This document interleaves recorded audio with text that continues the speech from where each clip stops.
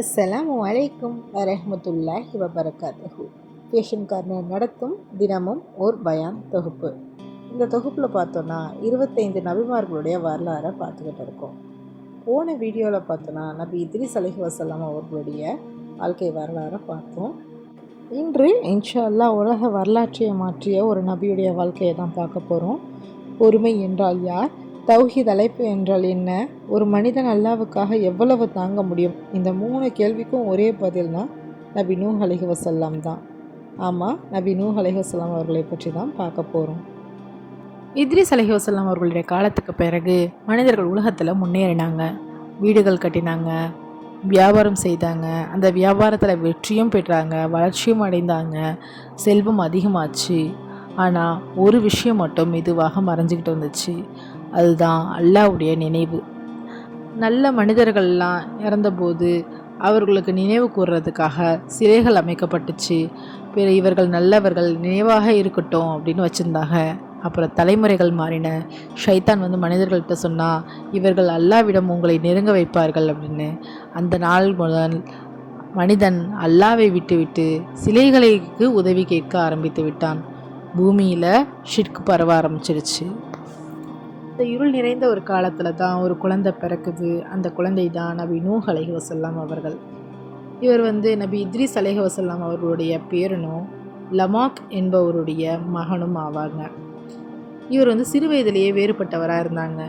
மக்கள்லாம் சிலையை வணங்குவதை பார்த்து இவருடைய இதயம் வேதனைப்பட்டது. இவங்க ஏன் அல்லாஹ்வை விட்டுட்டு சிலைகளை போய் வணங்குங்கிறாங்க அப்படின்னு வேதனையோடையும் கவலையோடையும் சிந்தித்து கொண்டு இருந்தாங்க. ஒரு நாள் அல்லாஹ்விடமிருந்து வஹி வருது, உன் சமூகத்தை எச்சரிக்கை செய் அப்படின்னு. நூஹ் அலைஹிஸ்ஸலாம் அவர்கள் எழுந்தாங்க. மக்கள்கிட்ட போய் சொல்கிறாங்க, என் சமூகத்தாரே, அல்லாஹ்வை மட்டும் வணங்குங்கள், அவனை தவிர உங்களுக்கு வேறு இறைவன் இல்லை, இதுதான் தௌஹீதுன்னு நூஹ் அலைஹிஸ்ஸலாம் அவர்கள் தன் மக்களுக்கு சொல்கிறாங்க. கேட்ட மக்கள் அவர்களை பார்த்து சிரிக்கிறாங்க. நம்ம முன்னர்களை எல்லாம் நான் சொன்னது தவறா? அரசர்கள்லாம் சொல்கிறாங்க அவன் ஏழையோடு இருக்கிறான் அப்படின்னு சொல்கிறாங்க. பணக்காரர்கள் சொல்கிறாங்க அவன் ஒரு சாதாரண மனிதன் அப்படின்னு சொல்கிறாங்க. குழந்தைகள் கூட கேலி செய்கிறாங்க. நூஹ் அலைஹிஸ்ஸலாம் அவங்க வீடும் திரும்பும்போது அவருடைய முகத்தில் காயம், இதயத்தில் வேதனை. ஆனால் அழைப்பு நின்றுச்சான்னு பார்த்தா அவர் மக்கள் பணியை அழைக்கிறதுல நிப்பாட்டவே இல்லை. இன்னும் இறைவன் பக்கம் மக்களை அழைத்து கொண்டு தான் இருக்கிறார். ஒரு நாள் அல்ல, ஒரு வாரம் அல்ல, ஒரு வருடம் கூட இல்லை, 950 ஆண்டுகள் மக்களை அழைத்து கொண்டு தான் இருக்கிறாரு. பகலில் அழைக்கிறாரு, கேட்க மாட்டுறாங்க. இரவில் அழைக்கிறாரு, அப்பயும் கேட்க மாட்டுறாங்க. சரி, ரகசியமாக அழைக்கிறாரு, ரகசியமாகவும் கேட்க மாட்டுறாங்க. பொதுவாக எல்லாருக்கும் முன்னிலையில் அழைக்கிறாரு, கேட்க மாட்டுறாங்க. மக்கள் என்ன செய்கிறாங்க? காதுகளை மூடிக்கொண்டு அவர் பேசுகிறத கேட்காம ஓடுறாங்க. ஆடைகளை முகத்தில் போட்டுக்கிட்டோம் ஓடுறாங்க, அவரை பார்க்கக்கூடாதுன்னு.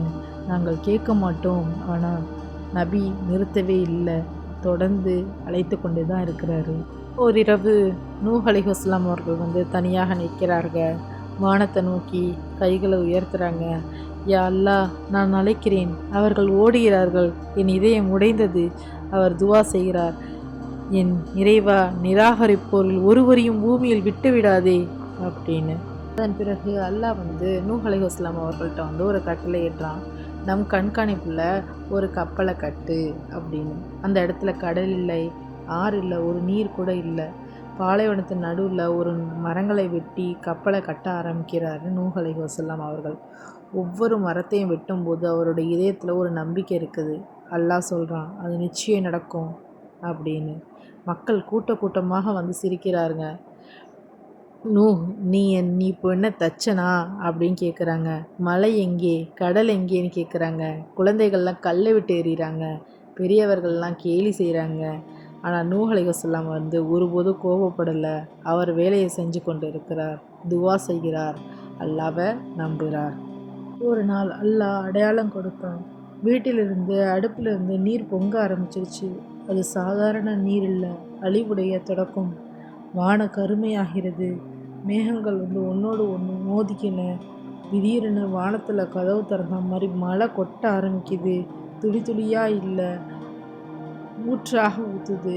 அதே நேரத்தில் பூமி உடைந்தது, நிலத்திலிருந்து நீர்லாம் வெடித்தது, வானமும் பூமியும் நீராகவே மாறிடுச்சு. இந்த நேரத்தில் அல்லாட்ட கட்டளை வருது, ஒவ்வொரு உயிரினங்களிலிருந்தும் ஜோடி ஜோடியாக தன் கப்பலில் ஏற்று அப்படின்னு சொல்லிட்டு. அப்போது அற்புதம் நடக்குது. பறவைகள் தாமாகவே வந்து ஏறுது, மிருகங்கள் வரிசையாக வந்தது, காட்டு விலங்குகள் கூட அமைதியாக நின்றது. யானை, குதிரை, ஒட்டகம், ஏன் ஒரு சிறிய எறும்பு கூட மறக்கப்படலை. எல்லாமே வந்து அந்த கப்பலில் ஏறிடுது. நம்பிக்கை கொண்ட மனிதர்கள் நூஹ் நபியுடைய கப்பலில் ஏறுகிறாங்க. வெளியில் சிரிக்கிறவங்க இன்னும் சிரிச்சு கொண்டு தான் இருக்கிறாங்க.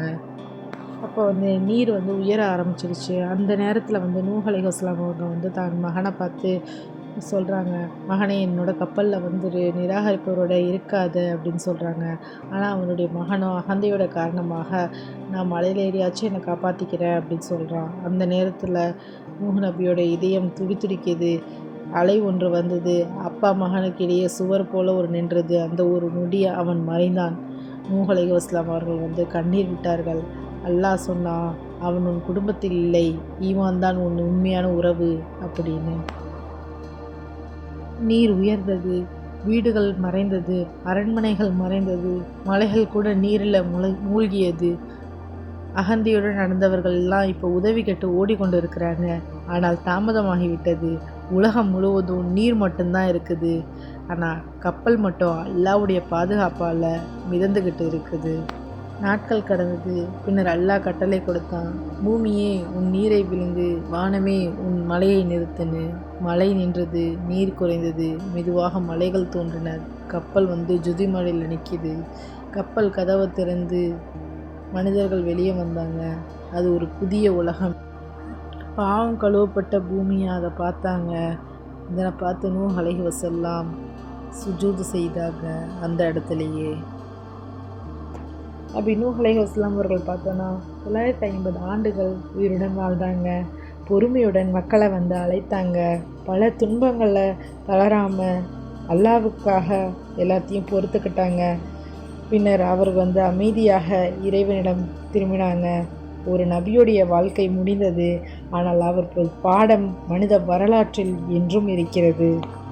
பெரும்பான்மை உண்மை அல்ல, பொறுமைத்தான் வெற்றி. அல்லாவை நம்புபவர்கள் ஒருபோதும் தோற்க மாட்டார்கள் என்பதற்கு இதுவே சாட்சி. இன்றைய பயான் உங்களுக்கு பிடிச்சிருந்தா லைக் பண்ணுங்கள், ஷேர் பண்ணுங்கள், சப்ஸ்கிரைப் பண்ணுங்கள். நாளை ஹூத் அலைஹிஸ்ஸலாம் அவர்களுடைய வரலாறுடன் உங்களை நான் சந்திக்கிறேன். அஸ்ஸலாமு அலைக்கும் வரஹ்மத்துல்லாஹி வபரகாத்துஹு.